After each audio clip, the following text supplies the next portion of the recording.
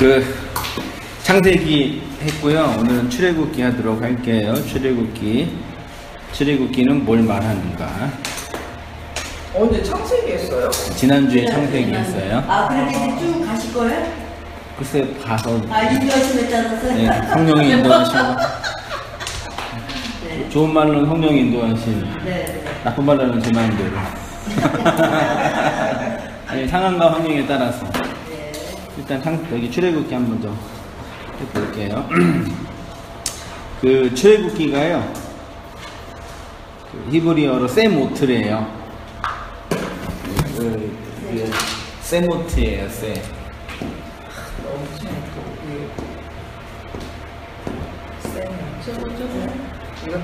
이게 셈이 이게 이름이고요.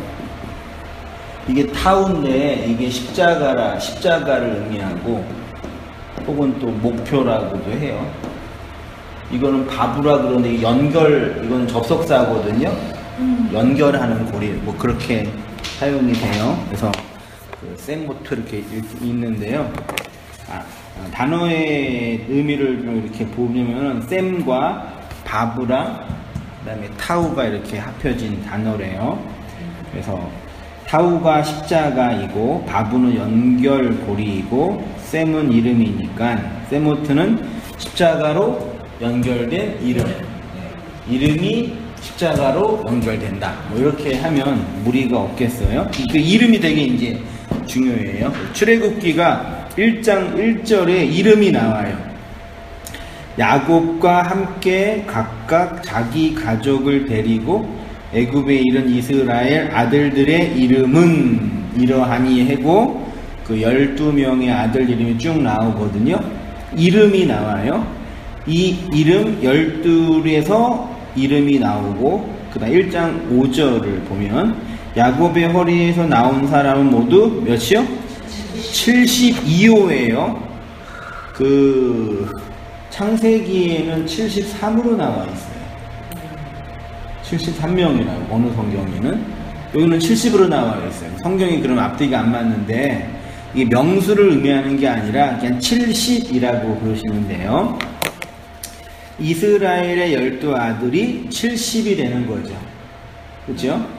숫자로 70이 아니라 70이라고 되어 있습니다. 12이라는 아들 교회가 하나님의 언약으로 70이 된다. 그게 세모트라는 이름 안에 있는 의미이고요.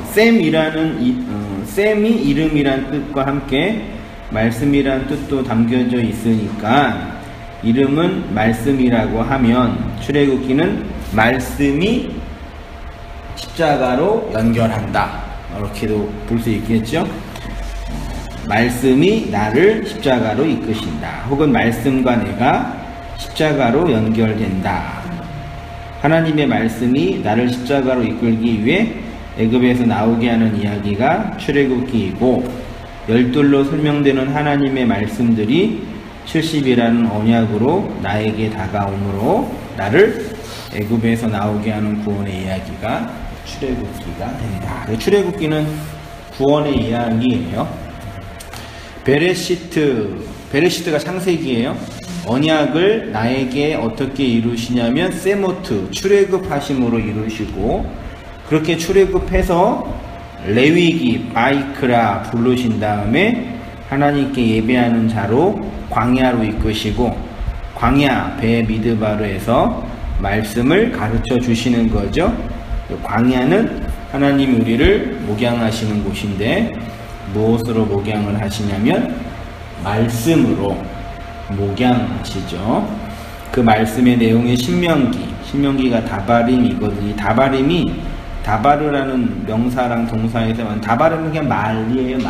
말씀. 그래서 이렇게 하나님의 말씀을 잘 듣고 그 말씀의 내용이 자신의 마음과 인생 역사 속에서 이루어지는 자들이 순종하는 자들인데 그러면 우리가 하나님의 집으로 잘 정돈된다. 그게 다바르라는 말씀이 가지고 있는 의미랍니다.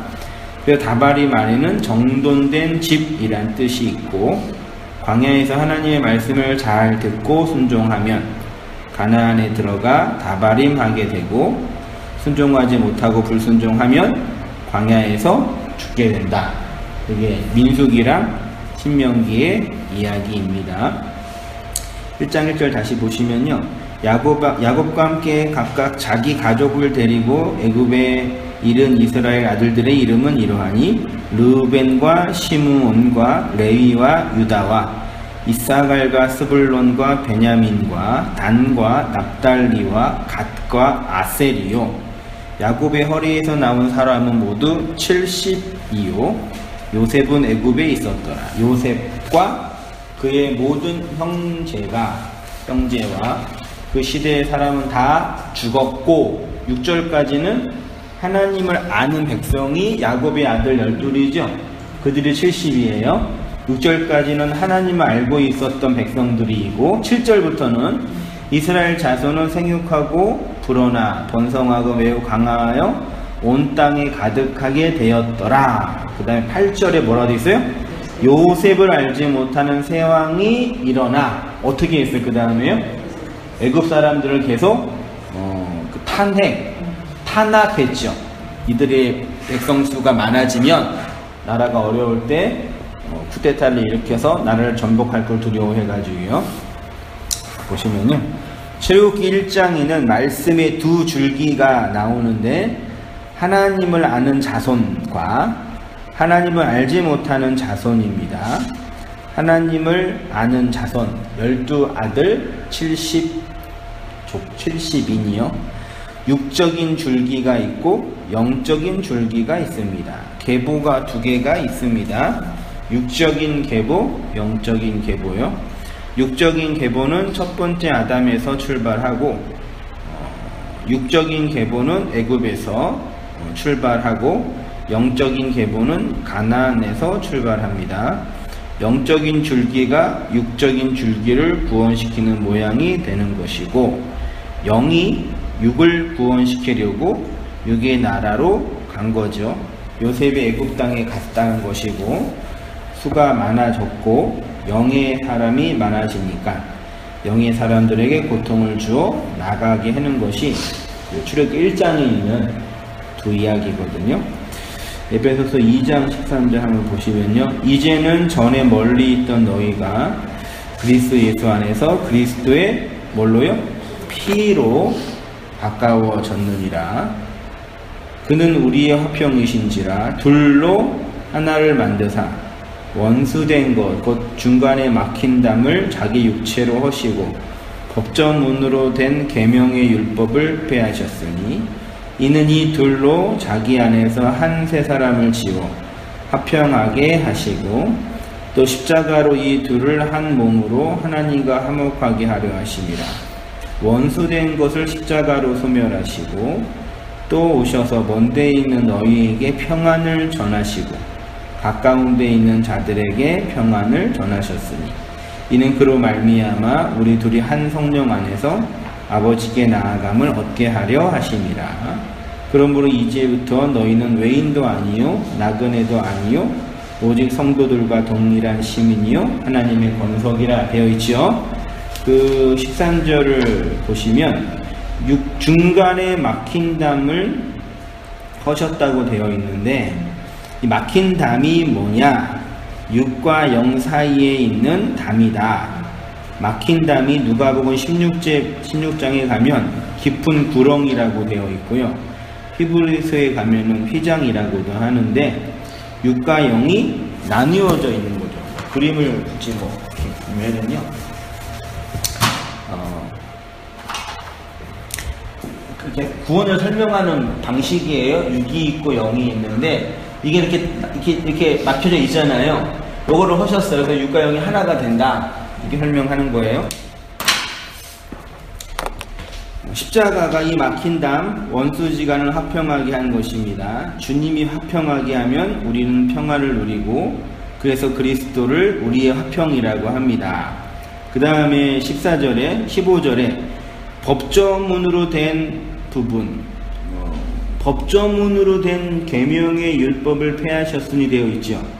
법조문이 뭐예요? 법조문 법문서인가? 이게 그 옛날 성경 개역 성경에서는요, 의문에 속한 율법이라 되어 있거든요. 의문이에요. 의문은 모르는 거죠. 네, 율법. 그러니까 율법인데 모르는 율법이에요. 그게 뭐냐면 상징과 비유로 감추어져 있는 말씀들, 그게 율법이거든요. 그게 의문이에요. 기록이 되어 있는데 무슨 의미인지를 모르는 거예요. 이 의문에 속한 율법을 자기 육체로 폐하셨어요. 의문에 속한 무슨 기록이 되어 있는데 상징과 비유로 기록이 되어 있는데 무슨 내용인지를 모르는데 예수님이 자기 육체로 그것의 상징과 비유를 드러내셨다, 그 뜻이에요. 율법은 아직 그 실상이 드러나지 않는 진리이기 때문에 의문에 속한 율법이라고 합니다. 그것을 그리스도의 십자가가 드러나게 하셨다는 것이고 감추어 놓으신 비밀이 드러나게 하셨다는 것입니다. 이 둘이 하나가 되어 새 사람이 되게 하십니다. 그 일을 그리스도가 행하셨습니다. 그리스도가 내 안에 들어와 내 안에 있는 원수를 제거하면 친구가 되어 새 사람이 되는 것이고, 그 새 사람이 되는 것을 그리스도인이라고 하고, 그렇게 둘이 하나가 되는 것을 결혼하는 것이라고 하고, 결혼을 하면 열매가 나오는데 자식이 나오고, 그렇게 그리스도는 하늘과 땅의 중재 역할을 할 수 있는 화평의 사람을 만들기 위해 오신 거죠. 하나님은 한 분이시요 또한 하나님과 사람 사이의 중보자도 한 분이시니 그 사람이신 그리스도 예수라. 그가 모든 사람을 자기 위하여 자기를 대성물로 주셨으니 기약이 이르러 주신 증거니라. 이를 위하여 내가 전파하는 자와 사도로 세움을 입은 것은 참말이요 거짓이 아니니 믿음과 진리 안에서 내가 이방인의 스승이 되었노라. 보시면요, 바울이 믿음과 진리 안에서 이방인의 스승이 되었다고 하는데, 이방인의 선생은 자기처럼 되는 자, 고린도서 11장에서는 그리스도와 교회를 중매하는 자가 되는 것이고, 그렇게 그리스도를 중매하여서 그리스도를 받는 자들이 그리스도인이 되어서 중보자가 되고, 그렇게 중보자가 되면 십자가의 대속의 죽음을 빛으로 갚을 수 있는 자가 되죠. 그것을 이제 중보자라고 말할 수가 있고요. 그다음에 갈라디아서 4장 22절은요. 한번 장고사님 본문 한번 읽어주시겠어요? 기록된 바 하나님의 그 아들이 있으니 하나는 일정이 있으니 하나는 자유 있는 여자이겠으나 하였으니 육체에게서는 육체를 따라가고 자유 있는 여자에게서는 약속으로 말미암아 이것은 구원이 이에 따른 두 언약이다. 하나는 신상으로부터 정을 낳은 자니 곧 하갈이다. 이 하갈은 아라비아에 있는 신상으로서 지금 있는 예루살렘과 같은 곳이니 그가 그 자녀들과 더불어 정노릇하고 오직 위에 있는 예루살렘은 자유자니 곧 우리 어머니가 기록된 바 잉태하지 못한 자여 즐거워하라. 상고를 모르는 자여 소리를 질러대는 자라. 이는 홀로 사는 자의 자녀가 남편 있는 자녀보다 많으리라 하였습니다. 형제들아 너희는 이삭과 같이 약속했습니다. 그러나 이 때문에 육체를 따라 나는 자가 성령에 따라 나는 자가 그렇게 하는 것 같이 이제도 그러하더라. 그러나 성령이 무엇을 말하느냐. 여종과 그 아들을 내쫓으라. 여종의 아들이 자유 있는 여자의 아들과 더불어 유업을 얻지 못하리라 하였느니라. 그런즉 형제들아 우리는 여종의 자녀가 아니요 자유 있는 여자의 자녀니. 여종의 자녀랑요 자유자의 자녀가 나와요. 하갈과 그의 아들 이스마엘은 옛 언약이고 사라와 그의 아들 이삭은 새 언약이지요. 옛 언약은 육체를 따라 난 것으로 눈에 보이는 돌비에 새겨진 것이고, 새 언약은 약속을 따라 난 것으로 영으로 난 것으로 마음에 새겨진 언약입니다. 그래서 언약은 육에서부터 시작하여 영으로 가는데, 그 육의 상태를 설명하는 것이 애굽이라고 하였고, 광야를 거쳐 가나안으로 들어가는 것이 영이라고 할 수 있겠어요. 영적인 것을 가르치기 위해서 육적인 재료가 필요해서 우리 모두는 육에서부터 시작합니다. 눈에 보이는 것들로 보이지 않는 것을 설명하시는 것으로 애굽에서 시작하여 가나안에 가는 것인데, 이 가나안의 내용을 먼저 가르치기 위해서 누가 사용이 됐냐면 아브라함이 사용이 됐어요. 그래서 제가 말씀 옛날에 드렸는데 세 개의 단락이 애굽이 있고 가나안이 있고 광야가 있죠. 이게 육체로 시작해서 영으로 된다. 율법에 시작해서 진리가 된다. 이 과정으로 광야가 주어진다. 그 얘기 했어요. 좀 보세요. 그 아브라함이 가나안의 약속을 미리 받은 자의 모습으로 나와요. 3장 6절에 갈라디아서 아브라함이 하나님을 믿음에 그것을 그에게 의로 정하셨담과 같으니라. 그런즉 믿음으로 말미암은 자들은 아브라함의 자손인 줄 알지어다. 또 하나님이 이방을 믿음으로 말미암아 의로 정하실 것을 성경이 미리 알고 먼저 아브라함의 복음을 전하되 모든 이방인이 너로 말미암아 복을 받으리라 하였느니라. 여기 8절에 성경이 미리 알고 되어 있죠. 아브라함이 믿음으로 이방인이 믿음으로 말미암아 의로 정하게 하실 것을 성경이 미리 알아서 아브라함에게 복음을 전하였다고 하잖아요. 그럼 이 성경은 아브라함보다 앞에 있는 거예요, 뒤에 있는 거예요? 앞에 있는 거죠. 제일 먼저 기록된 성경이 욥기예요. 그 다음에 모세오경이라고 보는데, 최초로 기록된 모세오경이나 욥기는 지금부터 3500년 전쯤에 기록이 된 거거든요. 아브라함은 4000년 전이에요. 그러니까 여기에서 말하는 성경은 지금 우리가 보고 있는 성경이 아니라는 얘기죠. 그게 뭔지 볼게요. 창세기 15장의 말씀인데 7절에 믿음으로 말미암는 자들은 아브라함의 자손입니다. 그러면 우리는 아브라함의 아들이 되는 거고, 믿음이니까요. 복음의 아비인 아브라함이 우리의 아비가 되는 것이고요.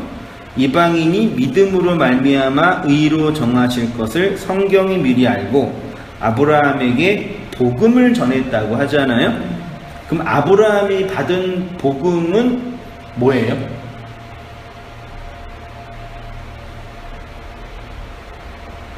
아브라함이 받은 복음은 뭐예요? 성경이 기록되기 전에 복음일 거 아니에요? 하나님은 없어? 아, 깜짝이야. 보세요. 그것을 성경이 미리 안다고 했습니다. 여기서 말하는 성경은 기록된 성경이 아닙니다. 최초로 기록된 문서로서의 성경은 모세 시대에 쓰여졌기 때문입니다. 구속사는 4000년 전이었습니다. 창세기 1장부터 11장까지의 성경의 원역사라고 하는 이 역사 속에서 그리스도를 만난 사람이 바로 아브라함이죠. 그러니까 1장부터 11장까지, 창세기 1장부터 11장까지는 하나님이 전 세계의 민족을 향해서 말씀하고 계시거든요. 그리고 갑자기 11장이 12장에 누가 나와요? 아브라함이 나와요. 그 아브라함에게 1장부터 11장까지 하나님이 보여주신 구원의 역사를 가르쳐 주시고 보여주신 거죠. 그래서 나중에 스데반에게 가면 아브라함이 갈대아 우르에 있었을 때 영광의 하나님이 그에게 나타났다라고 표현하고 있는 거예요. 그러니까 믿음으로 말미암아 구원을 얻는 그 이야기를 아브라함에게 가르쳐 주어서 아브라함을 통해서 성경이 기록되게 한 거죠. 그리고 그 성경을 통해서 우리가 믿음으로 말미암아 구원을 얻는, 아브라함에게 원 역사만 가르쳤다는 거네요. 그렇죠. 아브라함은 딱 그때만 있었던 거죠. 1장부터 11장까지 그 창세기의 원 역사를 통해서 그때까지 계시된 그리스도를 본 거죠. 좀 볼게요. 기록된 성경을 통해서 그리스도를 믿는 자들이 이방인이다. 우리가 이방인입니다. 이방인이 믿음으로 말미암아 복을 받는 것을 성경이 미리 알고 아브라함에게 먼저 복음을 전하였던 것이고, 아브라함을 통해서 우리가 성경을 알게 되는 것이고, 그 알게 되는 성경이 영생이고, 영생은 그리스도를 아는 것이니까, 너희 조상 아브라함은 나를 볼 것을, 나의 때를 볼 것을 즐거워하다가, 너희 조상 아브라함은 나의 때 볼 것을 즐거워하다가 보고 기뻐하니, 봤다는 얘기 안 봤다는 얘기예요? 아브라함이 누구의 때를 봤어요? 하나님. 나의 때. 나는 누구예요? 하나님. 정확하게는 예수님이죠. 그렇죠. 예수님이, 네, 예수님의 때를 아브라함이 언제 본 거예요? 창세기 원역사의 성경의 이야기를 통해서요. 그때 예수님을 본 거예요. 57절에 유대인이 이르되 내가 아직 50세도 못 되었는데 아브라함을 보았느냐. 예수께서 이르시되 진실로 진실로 너희에게 이르노니 아브라함이 나기 전부터 내가 있느니라. 그렇죠. 창세기 원역사 때부터 그들이 돌을 들어 치려하거늘 예수께서 숨어 성전에 나아가시니라.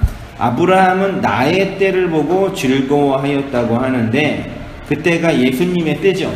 예수님의 때는 뭐예요? 예수님의 시간이죠. 예수가 십자가에 죽고 부활하여 그리스도가 되는 그때를 예수님의 때라고 해요. 다른 말로 이방인이 예수를 통해서 구원을 얻는 구원의 때예요. 너희가 성경에서 영생을 얻은 줄 알고 생각하고 성경을 연구하거니와 이 성경은 곧 내게 대하여 증언하는 것이라. 그러나 너희가 영생을 얻기 위하여 내게 오기를 원하지 아니하도다.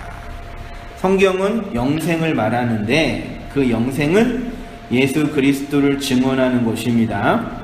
예수 그리스도의 무엇을 증언하냐면 예수가 그리스도가 되는 것을 증언하는 거고, 예수가 그리스도가 된다는 것은 십자가에서 죽는다라는 것이고, 그의 죽음은 나의 죽음은 아니죠.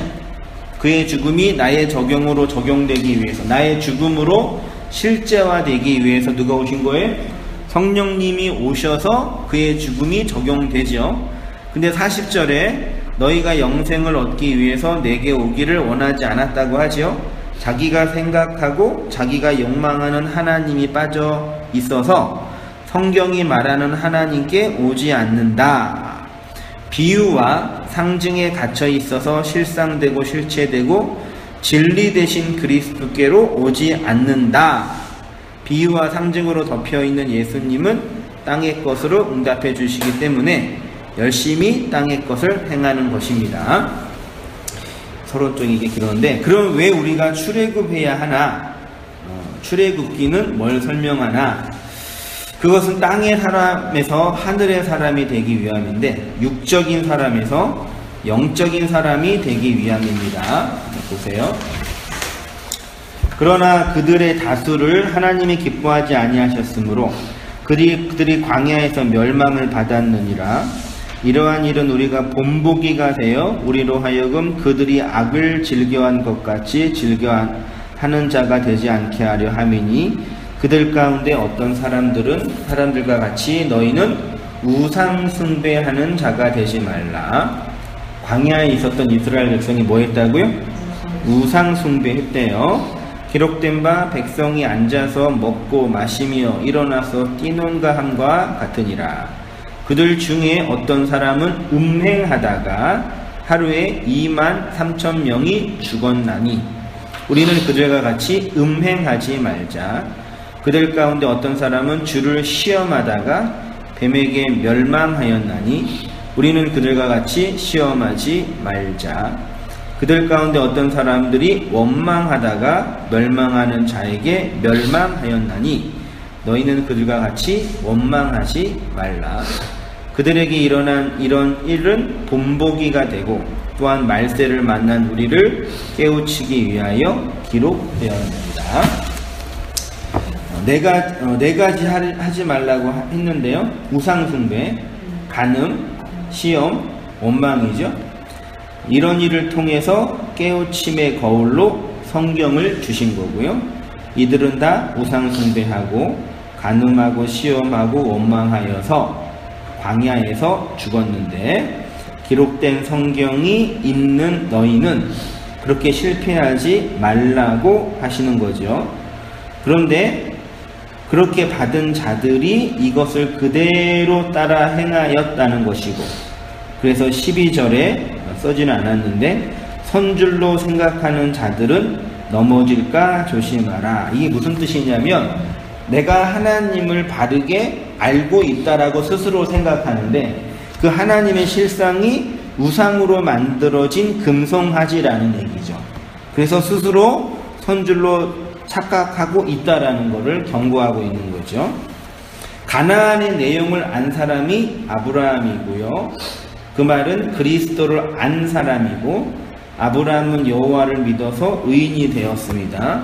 그럼 믿음이란 뭐냐면 하나님의 말씀이 우리 육신이 되어 사실이 되었다는 것을 믿는 건데, 다시 말해서 하나님의 말씀이 더 이상 비유와 상징으로 감추어져 있는 것이 아니라 해석되어져서 진리가 되어 실체와 실상으로 사실이 된 것을 믿음이라고 할 수 있겠습니다.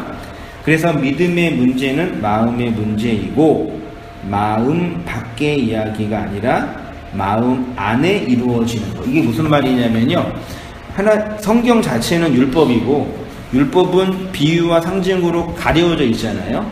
그래서 자연적인 본성이 있는 사람이 아무리 열심히 봐도 이해 못해요. 비유와 상징으로 이렇게 덮여 있으니까요. 근데 그것을 미리 알고 있는 아브라함을 통해서 우리에게 그 복음의 내용을 예수 그리스도가 성령으로 증거해 준 거예요. 비유와 상징이 드러나서 그 안에 있는 내용의 실상이 이루어진 건데, 내용의 실상이 이루어졌다 함은 성경의 개별적인 내용을 하나하나 알아먹고 이해했다는 차원 정도가 아니라 그 안에 있는 이야기의 내용이 어디에 있는 내용이에요? 내용이라는 걸 알게 된 거예요. 내 안에서 이루어지는 내 안의 역사를 성경에 증언하고 있다는 것을 그리스도를 통해서 알게 되는 거죠. 그러면 성경의 비유가 벗겨진 거죠. 이해되시나요? 되세요? 그러니까 요즘에 아브라함의 원 역사를 창세기 1장에서 11장에 그거에 대한 복음을 들은 거잖아요. 그러니까 창세기 하나님이 부르실 때 아브라함의 동부터 갈대를 떠나 하나님이 지시할 땅으로 가라. 가나안 쪽을 향해 갔을 거 아니에요. 네. 그 가는 여정 속에서 그 복음에 들려진 것이 가는 그 여정 속에서 순례길이잖아요. 그 여정 속에서 하나씩 체험하면서 말씀으로 깨달아 나간다는 그런 과정이겠네요. 그렇죠. 근데 그것이 아브라함의 우리 밖에 일어나는 성경의 이야기나 아브라함의 이야기가 아니라 내 이야기라는 그렇죠. 그렇게 되는 거죠. 네, 그것이 성경의 상징과 비유가 열려진 자들이 성경을 보는 바른 관점이라는 거죠. 그러니까 그 여정 속에서 힘든 그 광야 속에서 우리가 하나씩 껍질이 그렇죠. 그 애굽의 마음이 내 마음이고, 그렇죠. 광야의 마음이 내 마음이고, 가나안의 마음이 내 마음이라는 걸 성경에 펼쳐진 이 객관적인 역사를 통해서 내 안에서 이루어지는 실제를 확인하는 거죠. 그게 성경이 열려진 거죠. 그래서 그게 생명책이 되는 거죠. 그게 저번에 우리가 저번 주 수요일에 가는 탐심 계속하는 거를 했잖아요. 내가 집에 와서 이제 계속 묵상을 하니까는 그 간음에 대해서 뭐를 하나님을 깨닫게 하시느냐면은 이 간음을 통해 가지고 하나님 이게 그 밖에서 보는 그런 간음은 그 남자들을 좋아한다고 그랬잖아요. 그렇지만 나는 하나님을 향해 가지고 하는데 뭐가 딱 말씀이 떠오르냐면 룰시 피신을 하잖아요. 와이프는 소금 기름이 되고 두 딸이 동굴에 들어가가지고 아버지를 술을 먹이고 아버지와 이제 저거를 등장하잖아요. 그게 간음이잖아요. 네. 그 자체가 간음인데, 그러니까 뭘 깨달아지느냐면 내 마음이, 그러니까 우리가 마음에 하나님의 말씀이 새겨진다고 그랬잖아요. 내 마음이 하나님께 향하지 않고 있는데 내가 만들어 놓은 하나님을 있잖아요. 그죠? 내 하나님 그거를 내가 그거 나는 하나님 잘 믿고 교회도 잘 다니고 하는데 내가 만든 하나님, 그러니까 내가 만든 우상이고 형상이죠. 그게 거기에서 자녀가 나오는 거야. 그게 예수가 나오는 거야. 그렇죠. 그죠? 거기에서 또 이제 그러니까 그게 우상이고 그게 죄고 그게 간음이고, 그러니까 내 마음은 하나님께로 가야 되는데 내가 원하는 하나님의 삶, 하나님의 형상, 내가 원하는 하나님 있잖아요. 나는 이제 그분이 하나님이죠. 그러니까 이스라엘 백성들이 송아지를 만들어 것처럼 너를 인도해준 하나님이라고 그랬잖아요. 그거하고 똑같은 맥락이더라고요. 그쵸. 그러니까 어떻게 하면 하나님, 그러면 아직까지도 우리 모든 사람들은 간음을 하고 있더라고요. 그렇게 보니까 너무 이렇게 소름이 짝짝짝 깨지더라고요. 그러니까 내 마음은 하나님께로 향하지 않으면서 내가 원하는 것을 향해가지고 하나님인 줄 알고 거기에서 나오는 자식, 그러니까 내가 뭐 구원이 됐지, 내 안에서 이제 나는 이제 하나님의 백성이야. 그리고 말하자면은 아버지의 친상을 괴롭히는 자가 간음하는 자잖아요. 그쵸. 간음하다가 보니까 그게 탐욕이 되는 거고, 탐욕이 되다가 보니까, 그러니까 그 계명이 쭉 하나도 이루어지는 게 없어. 그런 게. 그러니까 그러니까 말씀드리고 싶은 그 하나님을 믿는다라는 믿음은 이 말씀이 하나님의 그 실체와 실상과 믿음의 내용을 설명하는 건데, 그게 내 이야기로 설명하는 것을 성경을 통해서 또 혹은 인생과 역사를 통해서 이렇게 확인하고 내 이야기로 취합하고 내 역사 속에서 확인하는 거죠. 그러니까 다말의 그 이야기 안에 내 이야기가 스며들어가 있고 나를 설명하는 거울이라는 것을 확인하는 게 그 성경에 있는 내용의 진위가 설명되어져 드러났다, 그 표현하고 싶어요. 그래서 이제 그 마음 밖의 이야기가 아니라 내 마음의 실상과 실체를 그 이루어지게 한다, 내 마음을 보게 한다. 네, 그게 믿음이라는 얘기예요. 이러한 믿음이 있기 위해서는 반드시 세상을 떠나야 하는데, 이렇게 세상을 떠난다는 얘기는 반대말로 뭐예요? 세상 걸 쫓지 않는. 흔히 세상을 떠나간다 어떻게 표현하세요? 세상을 떠나셨습니다. 아니, 세상을 떠난다는 거는 네. 이제 내 것은 이제 내 것, 나도 세상이잖아요. 네. 그런 내 것에서 떠난다는 그 말씀 아니에요? 그렇죠. 근데 일반적으로 우리가 일상에서 그분 세상을 떠나셨어요. 죽는다는, 세상 사람들이 이렇게 내가 그냥 육신이 죽는 거예요. 그렇죠. 세상 떠나는 건 죽는 거예요. 네. 믿음이 있기 위해서는 세상을 떠나야 돼요. 죽어야 돼요. 그럼 세상을 떠난다는 죽음이 뭔지, 이렇게 세상을 떠나는 이야기가 출애굽기인데요. 애굽이 세상이고, 그러니까 애굽을 떠나야 돼요. 그렇죠? 애굽을 떠나야 돼요. 출은 나오는 거고요. 출애굽기는 세상에서 나오는 거죠. 이 세상에서 나오기 위해서는 뭐가 필요해요? 십자가예요. 우리의 힘과 우리의 의지로 세상에서 나와요, 못 나와요? 뭐 절대로 못 나와요. 십자가로만 나와요. 혼자 절대 못 죽어요. 오직 그리스도의 십자가만이 우리를 세상에서 떠나게 해요. 십자가, 즉 대속의 죽음만이 우리의 마음이 어떻게 이루어지냐? 내 것을 부인하고 하나님 것을 인정하는 것이 십자가가 이루어지는 것인데, 내 것, 내 머리, 내 머리카락, 내 지식, 지난주에 했죠. 을 부인하고 예수 그리스도의 마음인 온유와 겸손의 그 말씀의 지식을 받아들이는 것이 십자가이다. 내 것이 삭제되기 위해서 하나님이 준 것이 10가지 말씀인데, 10가지 말씀을 그 애굽에서 받으면 10가지 재앙이 됩니다. 이 10가지 재앙은 십계명이 밖으로 주어진 결과, 그러니까 하나님의 말씀이 내 안으로 주어지면 10가지 말씀이 되고 그것이 마지막 사랑으로 완성이 된다는 차원이고, 내 밖으로 주어지면 10가지 재앙이 돼요. 근데 이거는 어쩔 수 없지요. 밖에서부터 안으로 들어오니까 10가지 재앙을 통해서 10가지 말씀을 받는 거죠. 여기에서는 10가지 재앙을 받을 수밖에 없는 거죠. 그래서 애굽에 있는 모든 사람들은 하나님의 말씀을 다 10가지 재앙으로 받고 있어요. 받고 있는데 그것이 재앙이라는 걸 알아야 몰라요. 모르는 거예요. 그래서 바로가 10가지 재앙을 다 받고 이스라엘 백성을 광야로 보냅니다. 마지막 재앙이 장자의 재앙이에요. 너희 어린 양은 흠없고 1년 된 수컷으로 하되 양이나 염소 중에서 취하고 이달 열나흘 날까지 간직하다가 해질 때 이스라엘 회중이 그 양을 잡고 그 피를 양을 먹을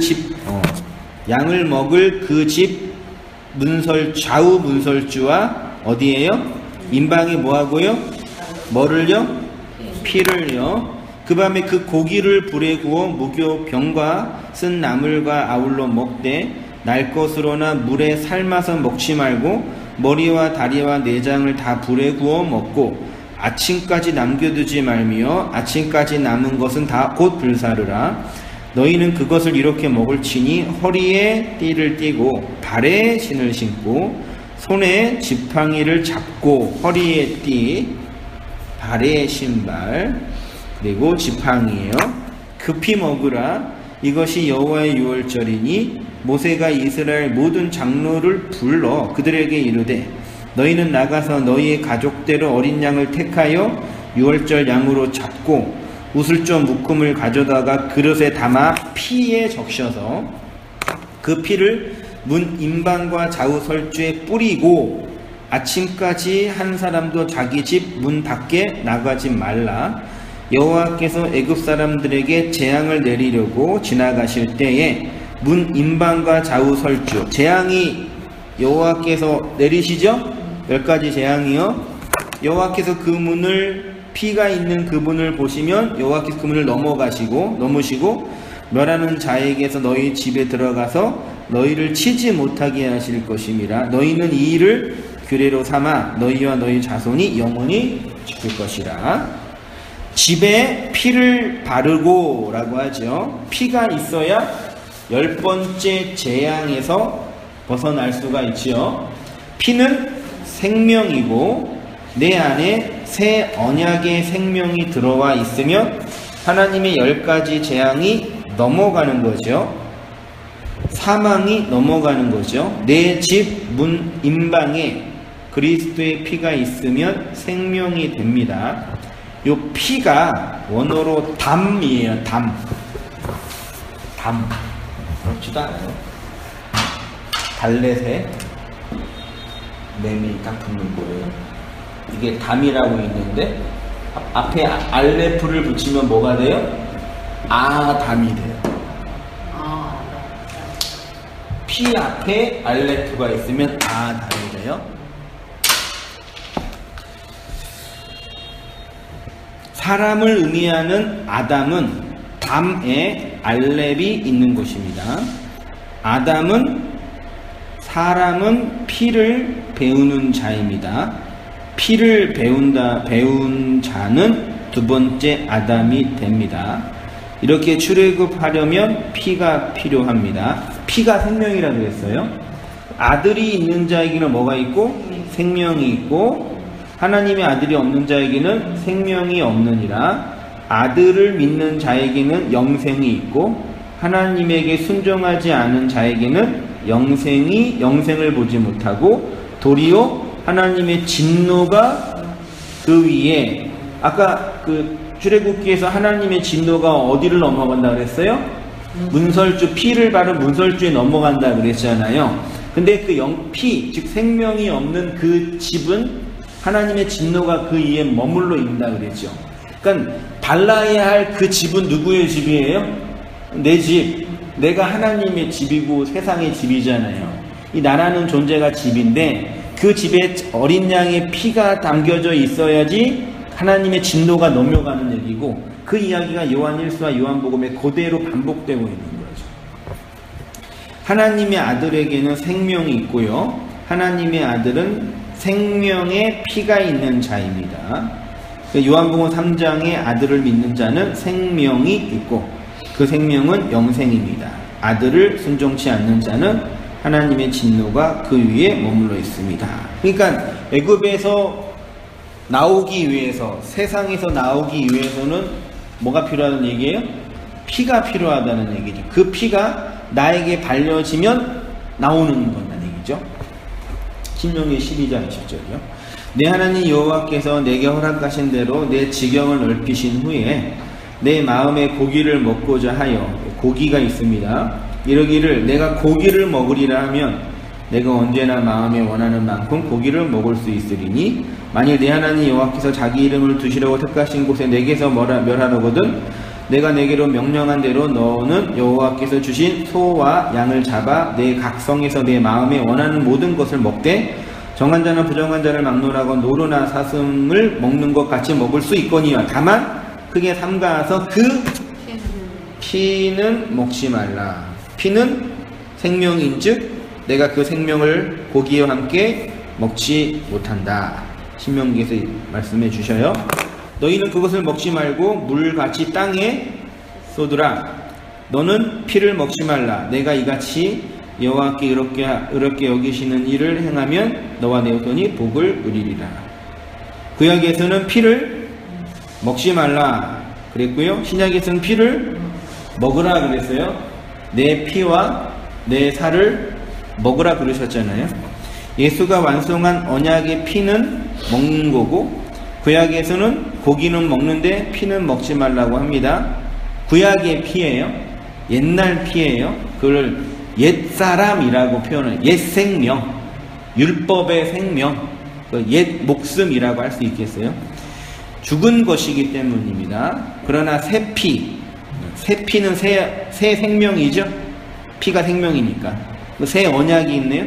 새 영이고 살리는 피이죠. 그래서 먹어야 되는 거죠. 이 뜻을 따라 예수 그리스도의 몸을 단번에 들이심으로 말미암아 우리가 거룩함을 얻어. 예수님의 몸이 단번에 들여졌어요. 끝났죠. 우리가 거룩하게 되는 거는 단번에 돼요? 안 되죠. 그 그리스도의 십자가가 우리에게 적용되고 적용되는 과정이 필요한 거죠. 어디에서요? 광야에서 몇 년 동안. 그 40은 그냥 숫자 40이 아니라 우리 인생 적에서. 그래서요, 한 사람이 애굽에서 나오는 거는 그리스도의 피로 단박에 나와요. 그치요? 그 나왔는데 변해요, 안 변해요? 나왔는데 변해요, 안 변해요? 안 변하죠. 나왔는데 변하는 과정이 이거예요. 근데 그게 몇 년이라고? 40년. 그러니까 40년이란 우리의 인생 전체가 그리스도의 피의 말씀으로 변화되어지고 적용되어지는 전체의 과정이에요. 그래서 반드시 그 과정을 밟아야 돼요. 우리도 이게 성장을 하려면 태아기, 영아기, 유아기, 아동기, 청년기, 청소년기, 청년기 있잖아요. 태아기에서 갑자기 아동기가 돼요? 죽어도 안 되잖아요. 늦어도 과정을 밟아야 되잖아요. 이 영적인 세계에서도 똑같아요. 구원받고 그리스도의 피로 은혜를 받으면 그때부터 이제 하나님이 다루셔서 우리의 인생을 그 진리로 이끌어 가세요. 그래서 인생 전체가 소모되는 거예요. 그러니까 우리가 말씀을 열심히 배우고 열심히 가르쳐서 막 사람을 막 성령을 받고 막 부흥회 하고 막 기도 이빠이 하면 막 사람이 금방 변할 것처럼 막 열심히 하잖아요. 웃으시는 이유는 다 아시잖아요. 안 변해요. 그래서 반드시 인생이라는 전체의 과정 속에 차근차근 과정 밟고 겪을 거 다 겪고 눈물, 콧물, 핏물 다 뽑은 다음에 청소년기, 청년기, 아동기 겪으면서 어른이 되는 게 인생이잖아요. 그쵸? 인생 그렇죠? 아무도 이걸 대신할 수도 없고 한 방에 갈 수도 없고 나는 머물러 있는 거 같아. 빨리 하세요. 그러지 마시고 할 수 없잖아요.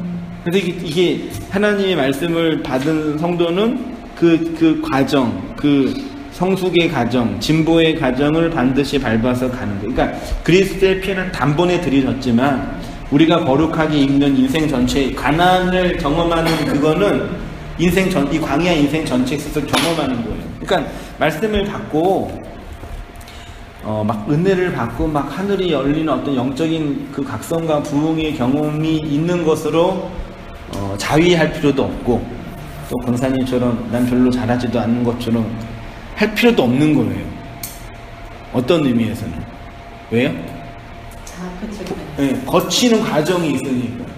그래서 이게 저는 모든 성도 다 대하잖아요. 이렇게 어린 청년부터 20살 지금 대학교 들어가가지고 막 세상에서 막 열심히 살고 있는 청년부터 이렇게 또 이렇게 나이 지긋한 어린 배는데 말씀을 받아들이는 이게 좀 다른 게 있어요. 뭐라 그럴까요? 그러니까 인생을 겪고 나면 말씀을 받아들이는 이 품도 달라요. 왜냐하면 하나님의 말씀은 그냥 성경을 배우는 학문적이고 지적인 말씀이 아니라 물론 그것을 이렇게 내용으로 담고 있지만 내용은 우리가 인생 속에서 현실 속에서 경험하는 내용들이잖아요. 그러니까 젊은 사람은 말씀을 통해서 배운 다음에 인생을 살아가는 거고 나이 드신 분들은 인생을 통해서 한 것을 말씀에서 확인하는 거예요. 그게 좀 다른 부분이 있어요. 근데 어쨌든 반드시 겪는 거예요. 겪어야 할 걸 꼭 겪어야 돼요. 누구도 대신할 수 없고 은혜 받았다가 넘어갈 수도 없고. 그러니까 하나님 우리의 기도를 우리의 육체의 기도, 현실의 기도를 응답해 주세요, 안 해주세요? 네. 우리가 육체의 기도할 때는 어떤 기도를 주로 하냐면 겪어야 할 거를 겪지 않았으면 좋겠어요. 기도한단 말이에요. 아니세요? 좀 잘 되고 원하는 대로 되고 이게 그런 걸 할 때 기도하지. 하나님 그러면 기도 안 해요? 하나님 내 뜻대로 되기를 원하지. 그러니까 이게 좀 안 되니까 요것 좀 해준다 같이 그렇게 하잖아요. 근데 그거 응답 안 해주신다 하나님께서. 왜 안 해주시냐 미워서가 아니라 그 하나님도 할 수 없게 겪는 과정이 있단 말이에요. 어린아이가 태어나 나는 청소년기 정말 싫어요. 하나님 난 곧바로 어른 되게 해주세요. 그럼 하나님께서 야 어른 딱 되게 안 되게 해주잖아요. 다 겪잖아요. 그 사춘기 겪고 또 청년기 겪고 또 나중에 이제 나이 들어서 뭐 또 겪으셔야 돼요. 갱년기, 오춘기 겪고 그래서 사춘기 겪는 사람이랑 오춘기 겪는 분이랑 다르잖아요. 또 그것도 노년기 겪고 그리고 인생을 전체를 살아가는 거잖아요.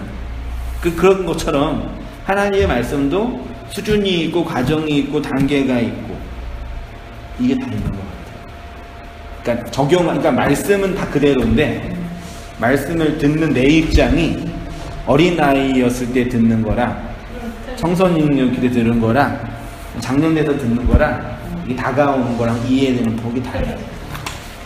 그 말씀은 놀라운 힘이 있어요. 그래서 말씀은 하나만 전하는데 각자 자기의 위치에 따라서 성령이 적용하게 하시는 거예요.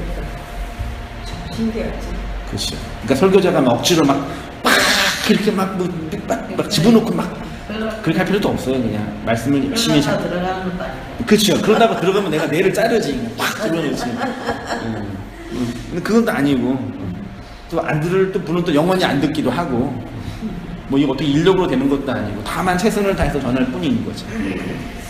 그래서 그런 인생의 과정이 있으니까 기도할 때 뭘 기도해야 되냐면 인내하게 하게 기다릴 줄 알게. 하여튼 장자까지 죽어야 돼요.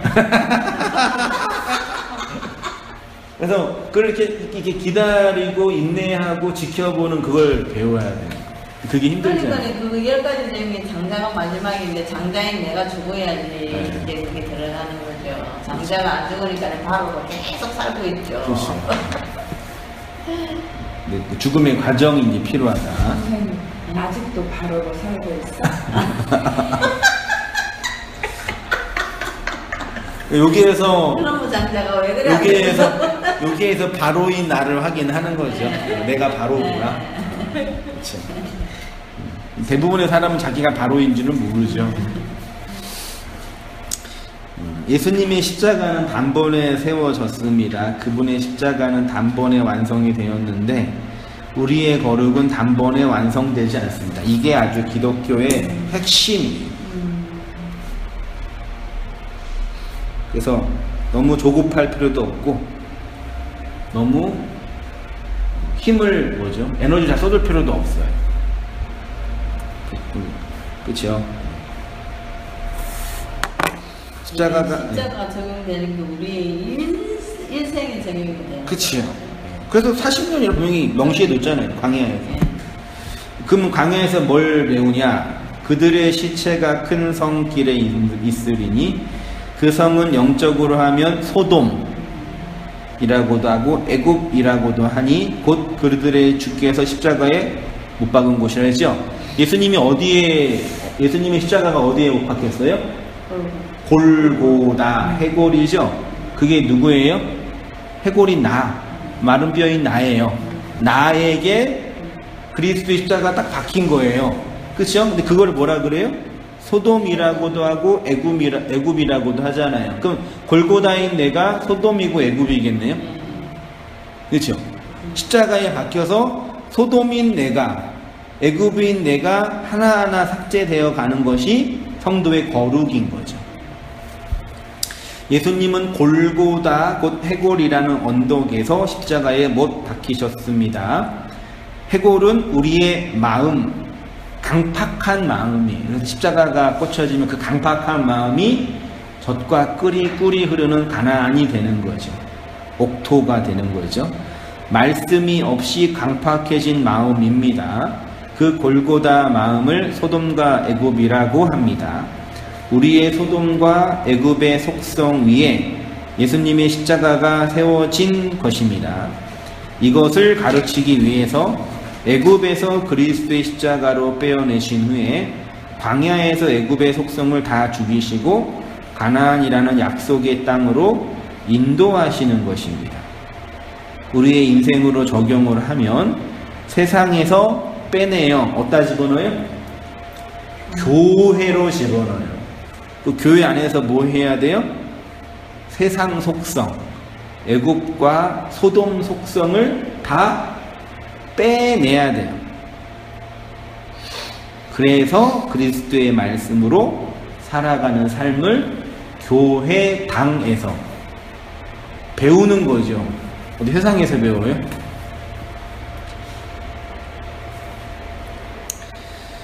그러니까 예배당에서 가장 중요한 건 그리스도의 복음을 선포하는 거예요. 오늘날 교회가 정말 큰 잘못하고 있는 게 뭐냐면요, 복음을 전하잖아요. 어떤 착각을 하냐면 목사들이 성도들에게는 복음이 굳이 필요 없다. 이분들이 이미 다 복음을 알고 있는 사람들이니 이 세상에 어떻게 하면은 복받고 행복하게 살 수 있는 방법만 전하냐. 목사들이 그 생각한다니까요. 듣기 좋은 말만 그렇죠. 그래서 어떻게 이찬순 목사님 어떻게 생각하세요? 다 아시죠? 네. 많이 들어보셨을 거 아니에요? 안 들어봤어요. 안 들어보세요? 권사님. 저도 안 들어봤어요. 얼굴만 알아요. 그게 뭐냐면 이게 그 어디죠?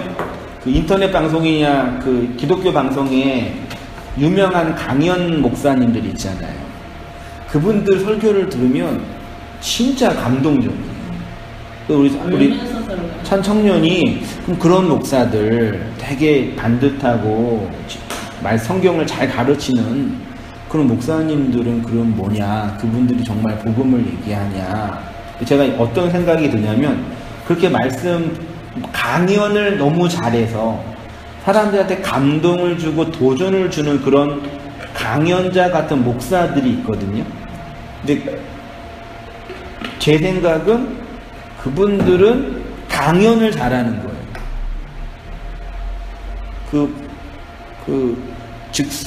증문하시는 법륜스님 강연 들어보셨어요?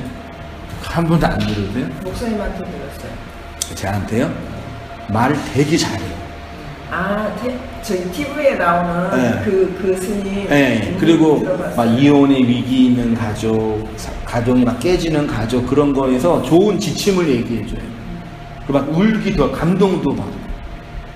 그 복음이에요. 그럼 그건 뭐예요? 애굽에 필요한 애굽에서 잘 사는 방법에 대해서.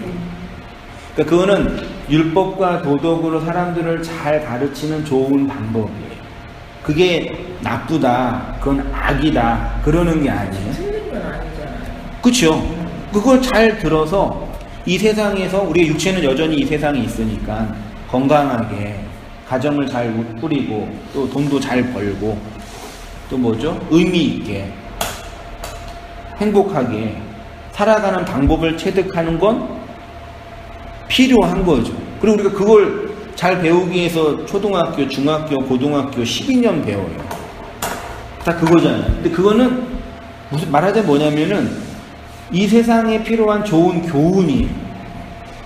그거 복음이에요. 복음 아니죠. 이게 복음과 이 세상에 필요한 지식의 차이가 뭔지 아시겠어요? 네. 그러니까 목사는 성도들을 잘 가르쳐서 이 사람들이 세상에서 행복하게 의미 있게, 더 쉽게 말하면은 가정이 깨지지 않게 만들어주고 이혼의 위기가 있는 가정을 이혼의 위기로부터 지켜주고 부도의 위기가 있는 성도를 잘 가르쳐서 부도 맞게 해주고 병에 걸려서 생명의 위협이 있는 성도들한테 잘 가르쳐서 생명의 위협에서 벗어나게 해주고 요거를 가르치는 사람이 기회아니에요.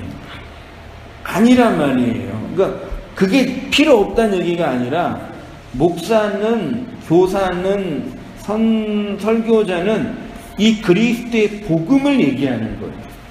애굽에서 나와 가나안으로 들어가게 하는 광야의 그 복음을 전하는 사람이 목회자, 목사. 근데 오늘날 이 교회를 비롯한 많은 이 목사나 이런 사람들이 성경을 근거로 복음을 말하지 않고 성경을 근거로 애굽에 필요한 얘기를 합니다. 근데 그 양반들은 그게 복음을 말한다고 생각하고. 그리스도만 말하고 예수만 말하고 성경을 말하면 여호수아를 통해서 우리가 믿음을 가지고 마음을 강하게 하면 모든 어려움을 다 이길 수 있습니다. 이건 복음이 아니라 그냥 어떤 필요한 얘기잖아요. 그러니까 그러니까 대중 설교가들, 유명한 대부분의 설교자 다 그래. 특히 TV에서 나오는 그 목사들의 그 언어는 그리스도의 복음을 전하는 목사는 거의 없어요. 성경을 통해서 그놈의 박사학위 가지고 성경을 통해서 사람들한테 필요한 얘기, 이 땅에서 필요한 얘기를 아주 그냥 흡족하고 기쁘고 즐겁게 그 설교 패턴이 다 있어요. 설교 시작할 때 예화, 세상에 필요한 예화, 성도들을 힘들게 하지 않는 예화 텍스트 정해놔놓으니까 하고 그 다음에 중간에 막 헬라어, 히브리어 그런 신앙 얘기 절대 하지 말고 감동을 주는 만한 이야기. 요새는 인터넷 뒤져갖고 웃기는 얘기도 하고. 네, 유머 얘기 막 좋으니까 유머 얘기. 그리고 이렇게 감동을 줄 만한 몇 가지 심파쪽. 막 고생 속에서 막 힘들게 고생하다가 살아난 사람들 있잖아요. 그런 사람들 한두 개 끌어서 얘기해주면 얘기 듣고 나면 나도 열심히 하면 그럼 위로를 얻잖아요. 그거 쭉 해가지고 뒤에 성경 몇 개 붙인 다음에 하나님이 우리한테 힘을 주시는 분입니다. 근데 그거는 완전히 제가 볼 때는 제 말이 아니라 로이드 존스라는 영국의 목사님 표현으로는 영적인 매음행위라 영적인 매음행위라고 표현해요. 그분.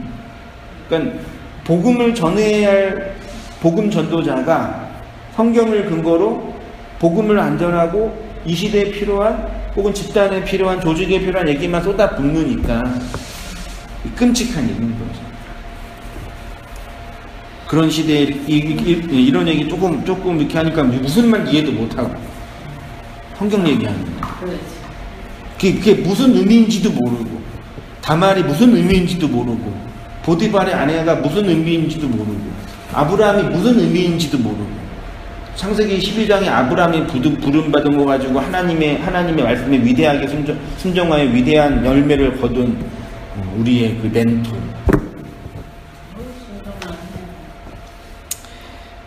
교묘하게 있는 이 시대가 더 끔찍하더라고요.